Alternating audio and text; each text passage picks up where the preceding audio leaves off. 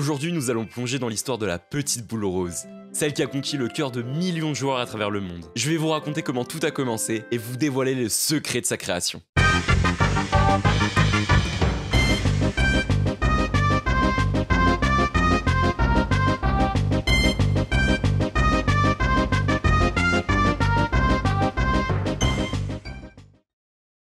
Mais Kirby avant tout c'est 30 ans d'histoire. 36 jeux au total, 19 dans la série principale et 17 dans la série secondaire. Mais Kirby ce n'est pas que des jeux, c'est aussi des goodies, des peluches, des mangas et aussi des figurines. Et tout a commencé en 1991 quand un jeune game designer japonais a commencé à travailler sur son premier jeu vidéo. Son nom, Masahiro Sakurai. Et oui, c'est celui à qui on associe de nos jours la licence Super Smash Bros. Et celui bien sûr à qui on doit notre boule rose préférée. Mais Kirby, c'est quoi exactement? D'abord vous dessinez un cercle, puis vous mettez des points sur les yeux, et vous y ajoutez un grand sourire.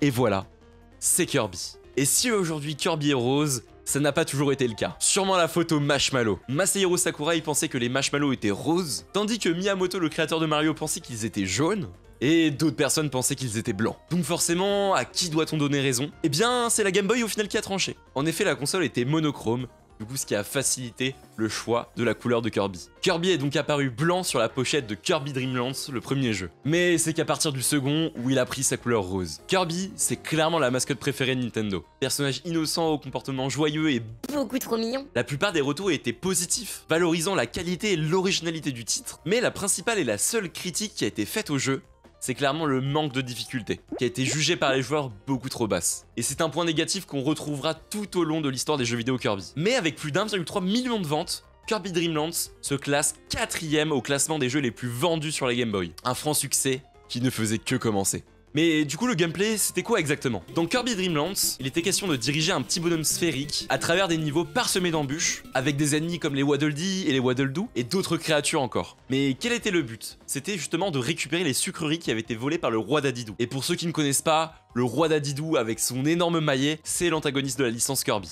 À la base, le roi Dadidou, il s'est autoproclamé roi de Dreamland et essaye de montrer sa légitimité aux gens, mais il passe un peu pour un blaireau. Il vit sur une très grande montagne appelée le Mont Dadidou, pour essayer de prouver sa grandeur. Et comme je vous l'ai dit, il se promène aussi avec son maillet fétiche, qui clairement nécessite beaucoup de force pour le porter. Et tout comme Kirby, il peut voler et aussi aspirer ses ennemis. C'est vrai que je vous ai pas encore parlé de la particularité de Kirby. En effet, il a quelques pouvoirs, dont le fait de pouvoir aspirer les gens. Il peut aspirer tout ce qu'il voit, que ce soit des objets ou bien même des ennemis, qu'il va pouvoir ensuite recracher pour infliger des dégâts. Il peut en même temps voler en aspirant de l'air, qu'il va recracher ensuite pour redescendre. Il va pouvoir également regagner de la vie en mangeant des tomates, des sodas. Vous allez avoir aussi quelques power-ups, tels que les sucres d'orge qui permettent de le rendre invincible. Mais en fait, j'ai pas été très honnête avec vous.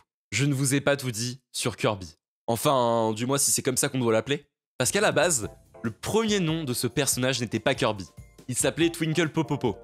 Ouais, bon, je sais, c'est pas très sexy comme nom. Et puis en plus de cela, ça va pas plaire sur le marché américain. Donc impossible de s'exporter ailleurs que le Japon. Il fallait donc en changer. C'est alors que plusieurs hypothèses ont vu le jour. Certains pensaient que c'était une référence à une célèbre marque d'aspirateur, la Kirby Company, qui serait totalement logique vu que Kirby aspire tout sous son passage. Mais j'ai une autre hypothèse que j'ai très envie de développer avec vous. C'est l'hypothèse de l'avocat John Kirby. C'était un avocat de renom qui dans ses premières années se spécialisera dans le droit civil et étudiera notamment la question de la discrimination envers les personnes afro-américaines. Mais à partir des années 80, John Kirby décide totalement de changer de voie. Il va vouloir se tourner vers les entreprises et la propriété intellectuelle. Et dans ce cadre, il va clairement défendre des grosses entreprises comme Pepsi, General Food ou bien même Nintendo. Et c'est en 1982 que John Kirby croisera la route du mastodonte japonais. La raison? Une affaire concernant le jeu phare Donkey Kong. Avec la première apparition de Jumpman, de son vrai nom Mario, il s'agira du premier jeu de l'iconique Shigeru Miyamoto, qui clairement poussa Nintendo à s'affirmer comme un géant mondial dans le jeu vidéo. Mais clairement Donkey Kong aurait pu connaître un destin tragique, car la nature même de son personnage, clairement ça posait des problèmes avec Universal Studios.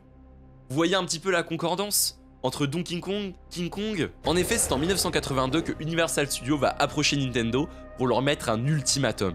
Ils ont 48 heures pour cesser la vente de Donkey Kong et remettre toutes les copies à Universal Studios. Vous en doutez bien, c'est que pour eux, la firme japonaise a clairement plagié King Kong. Mais Nintendo n'a pas dit son dernier mot et va clairement pas se laisser faire. Outre quand même les différences notables entre les deux œuvres, John Kirby, qui va défendre Nintendo, va faire appel à une ancienne affaire, celle qui va opposer Universal Studios à RKO Pictures. En 1975, la justice avait décrété que King Kong et son histoire étaient tombés dans le domaine public. C'est-à-dire qu'aucune entreprise ne pouvait en réclamer les droits. Un arbitrage qui arrangeait bien Universal Studios à l'époque, mais qui va lui faire défaut contre Nintendo en 1982. Perdant l'affaire, Universal Studios se voit payer des frais à la firme Nintendo. Et pour Nintendo, c'est la victoire, c'est la consécration. Ils peuvent continuer de vendre leurs jeux qui marchent du tonnerre, et en plus de ça, on leur donne des sous. C'est le jackpot. Mais on peut aussi en conclure que Nintendo a compris sa grandeur et montre qu'elle peut se mesurer à des géants de l'industrie du divertissement comme Universal Studios. Et ça, c'est une belle victoire pour Nintendo à cette époque-là. Après cette anecdote incroyable, c'est vrai qu'on va démentir cette hypothèse. En effet, le nom de Kirby n'est pas tiré de la volonté de rendre hommage à l'avocat. Car comme je vous l'avais dit, à la base il s'appelait Twinkle Popopo.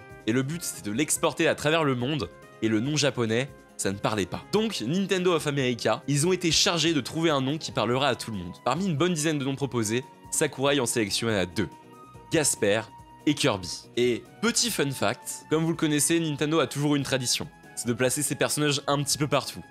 C'est vrai que Kirby est disponible dans Smash Bros en tant que personnage jouable, mais il ne sera pas présent que dans ces opus-là. Vous pourrez le croiser dans The Legend of Zelda Link's Awakening, dans l'avant-dernier donjon, ça sera un ennemi à abattre, mais plus précis, vous pouvez aussi le croiser dans Pokémon Stadium 2, où des screenshots de Kirby's Adventure peuvent être utilisés en tant que poster dans la chambre du héros. Je sais pas vous, mais moi j'adore ces petits clins d'œil à Kirby. Si jamais vous en connaissez d'autres, n'hésitez pas à les mettre en commentaire. N'hésitez pas aussi à me dire ce que vous avez pensé de cette vidéo. Mais ce qui est à noter, c'est que Kirby a su nous faire vibrer au fil des années, a su nous transmettre cette petite joie de vivre que la boule rose possède. Elle a aussi traversé les générations, que ce soit à travers la Game Boy, à travers la DS, à travers la Wii, mais aussi la Switch. Et clairement, cette petite boule rose aura marqué plus d'un esprit, je le pense. C'est la fin de cette vidéo. Merci beaucoup de m'avoir écouté et à la prochaine.